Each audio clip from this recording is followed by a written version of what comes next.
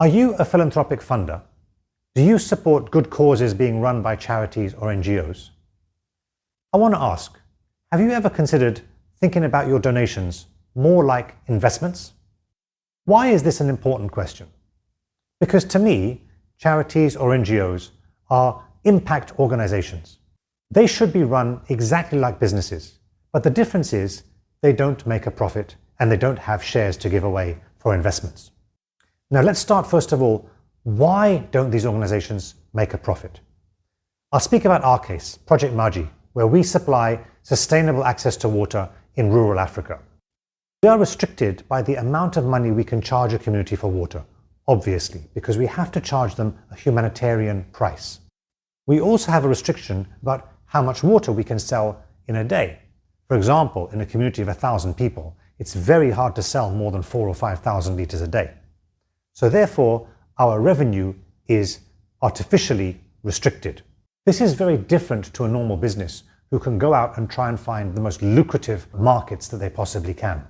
Now, because we have limited revenue, does not mean that we aren't efficient in our operating processes and how we manage our costs. But because we've decided to focus on a specific social cause, we aren't able to make a profit, and hence we are registered as a non-profit. We rely on the generosity of donations to come in and support our hardware build-out, but then we sustain ourselves over the long term by managing our operations by the water revenue that we receive. Now, we can very accurately measure and report the impact that we make, just like other organizations might be able to report the financial gain that they make. And we can offer that data to our supporters. The difference is, again, as we're a non-profit, we don't have shares that we can give away for investment. We can only take in donations, but we can report back, and our donors can report back the impact that they have made to those communities and transforming people's lives. Now, from that aspect, there's a very clear difference between donation and investment. But let's look at it also in the context of how money is given and what perhaps strings or controls that comes with to the organization. If one is investing in a startup, for example, an amount of money will be given to the CEO to manage. They will have a grand mission, and the shareholders will be happy that on a journey of 6 months, 12 months, or 2 years, or whenever it's going to be, the CEO will do all he or she can to try and achieve that vision. The investors will very rarely get caught up in what the minutiae are in terms of the operations. That can be very different in terms of how donations are given and how NGOs and charities are viewed by donors. Very often, the opposite is true. The donors want to get into the minutiae of how an operation is managed. To me, this comes down to a big question of trust. Donations come in two forms: restricted funding and unrestricted funding. The vast majority of funding, certainly that we've found, and many organizations that I talk to, come in what we call restricted funding. That is, a certain amount of money is given to achieve a certain very specific goal. And that has to be reported in very great detail.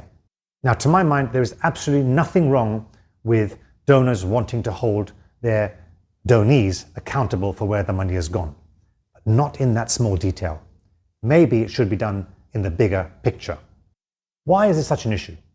Well, I'll tell you from our angle, because it really increases the stress inside a company, and actually it can inhibit innovation and creativity.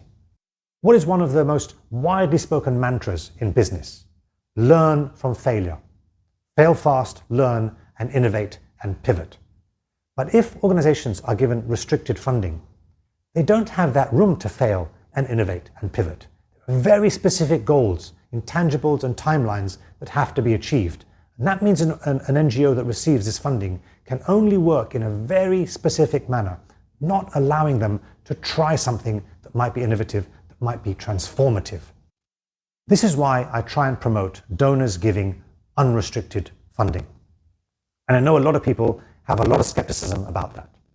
I think the concern is, if I'm given $1 million of a donation and it's unrestricted to achieve my goals, I'm suddenly going to buy a Ferrari. I'm suddenly going to go and fly on private jets and squander the money and forget all the end beneficiaries that we should be serving. Now, apart from the fact that due diligence should be done on the characters of the individuals who are running the organization. The same can be said of a CEO who's a startup founder and is getting investment money. Money is given to achieve an end of year or end of 2-year or end of 3-year business plan. Why shouldn't that be the same with an NGO?